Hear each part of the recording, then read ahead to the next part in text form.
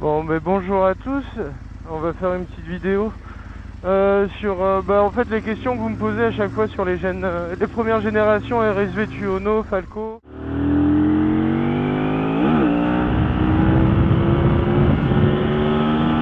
va commencer par tout ce qui est problème électronique, parce que c'est souvent la plus grosse question qui revient. Donc ouais, il y a un vrai problème d'origine avec le régulateur, ouais, sympa les copains. Avec le régulateur et le stator, les deuxième générations sont plus concernées par ce problème de stator. Nous, franchement, c'est surtout le régulateur qui va pas. Donc les capots nord aussi ont ce problème-là. Les capots nord, le mieux c'est directement de le virer et de mettre le FH0020 AA normalement. C'est un modèle que tu achètes chez Mosfet par exemple. Et après il y a la vraie marque, c'est Sheningan, quelque chose comme ça. Après sur les forums vous pouvez tout trouver de toute façon, que ce soit le forum Aprilia V60 ou le groupe Facebook Aprilia V60 aussi.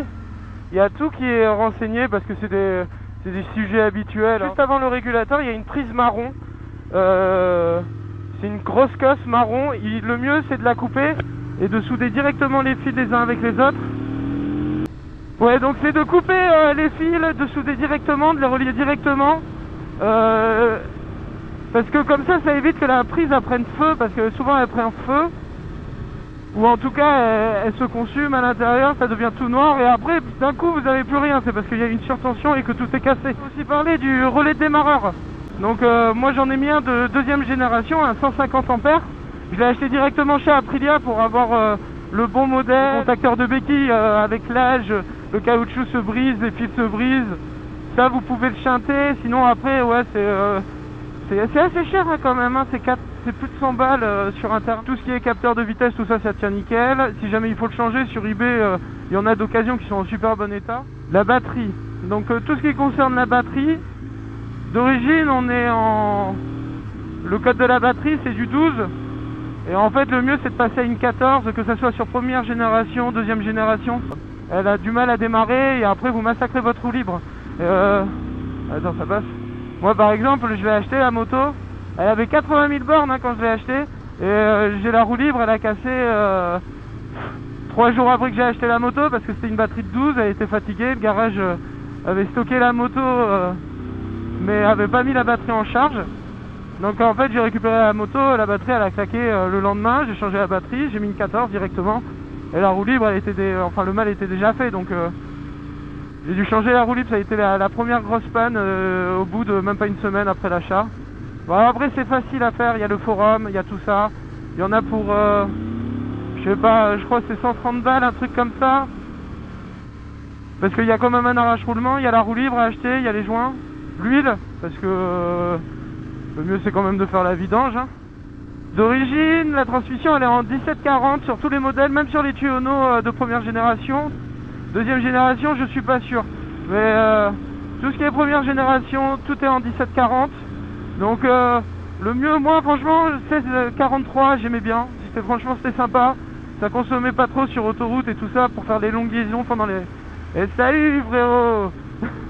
Pour faire les liaisons, pour les voyages, tout ça, tout ce qui est route à 100, ça roule bien. Même 90 c'est bien. Après, si jamais vous voulez vraiment un truc péchu, il faut mettre du 15. Et minimum ouais 43, 45 hein. Tout ce qui est problème de maître cylindre d'embrayage. Donc celui-là à gauche.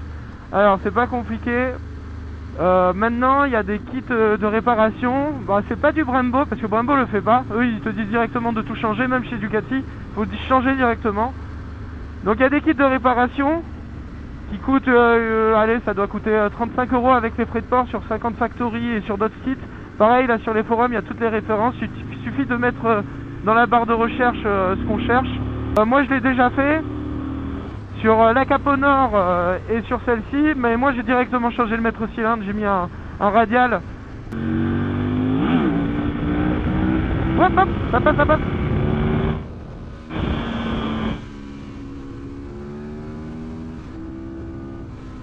C'est un peu sec, faut en profiter. Après on peut parler aussi tout ce qui est boîte à air.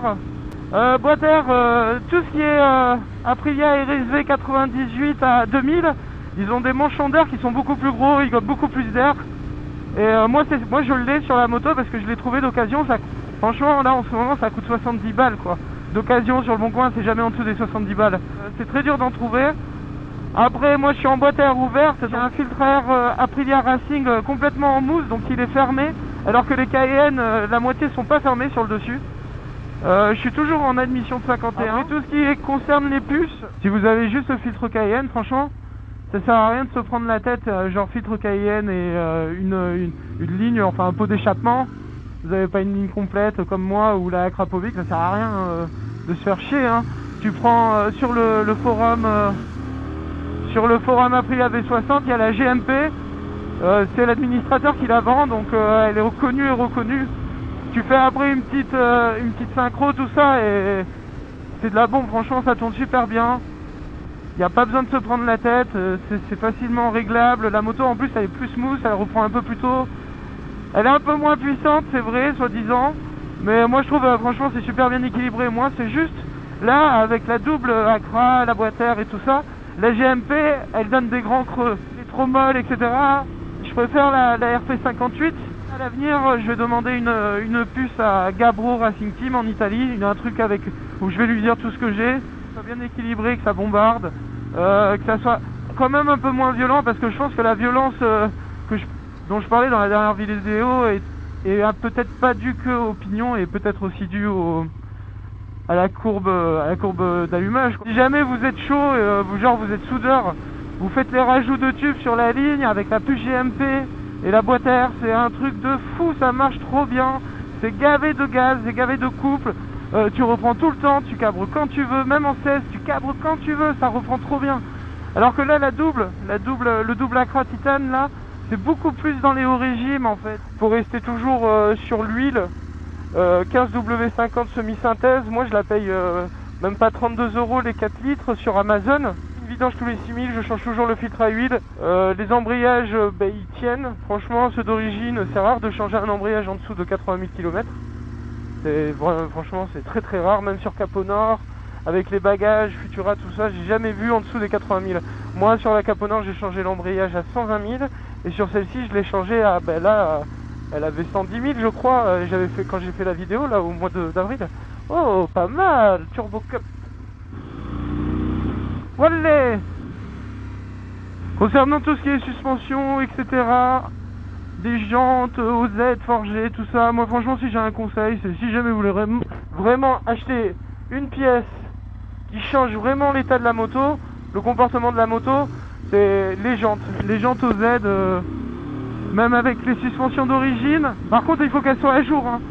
Suspension d'origine bien réglée à votre poids, c'est de la bombe atomique. Franchement c'est un pur régal, ça roule super bien, il n'y a pas de prise de tête. Les jantes elles sont légères, on perd 2 kg par jante minimum. C'est un truc de fou. Franchement moi c'est le plus gros changement que j'ai senti dans cette moto, c'est quand j'ai changé les jantes et que j'ai fait ma suspension bien réglée, que j'ai changé l'huile et tout. D'ailleurs merci à Christophe de me l'avoir fait. Ça c'était vraiment, là la moto c'était un rêve franchement. Depuis que là je suis en all-in, c'est pas encore réglé, c'est bien. C'est pas au niveau d'avant, c'est pas au niveau de la Showa, parce que la Showa elle est très bien. Franchement bien réglée d'origine, déjà c'est de la bombe atomique. Hein. Après tout ce que j'ai là, une fois que ça sera bien réglé, tout ça, je pense que je vais vraiment passer des très bons moments, hein, mais c'est pas encore ça. Voilà, tout ce qui est récepteur d'embrayage. Alors le récepteur d'embrayage, les Capot Nord longs, tous les V60 longs, même les deuxième génération, regardez, ça a bien glissé là. Moi ce que je vous conseille pas forcément de changer par un mètre cylindre d'une marque quelconque. Vous pouvez aussi très bien acheter le joint, changer le joint. Par contre, ouais, il faut s'attendre à le faire tous les 3-4 ans, facile, et repurger aussi. Il faut purger. C'est important de purger le système, le nettoyer. Moi je fais tout tous les 6 mois en fait. Je fais tout, frein avant, frein arrière, tous les 6 mois. Tu fais ta vidange, tu fais tes filtres. L'eau, tu peux la changer tous les ans. C'est pas un truc de fou. En allant sur le forum, on peut très bien se démerder. Par exemple, les pipes d'admission chez Aprilia, je crois que c'est presque plus de 120 €, alors que si tu les achètes chez BRP c'est les Can-Am, les motos à 3 roues. Ils ont un modèle qui a le V60 aussi. Et donc tu peux avoir les pièces pour 37,99 €. La pipe, donc les deux c'est 75 €.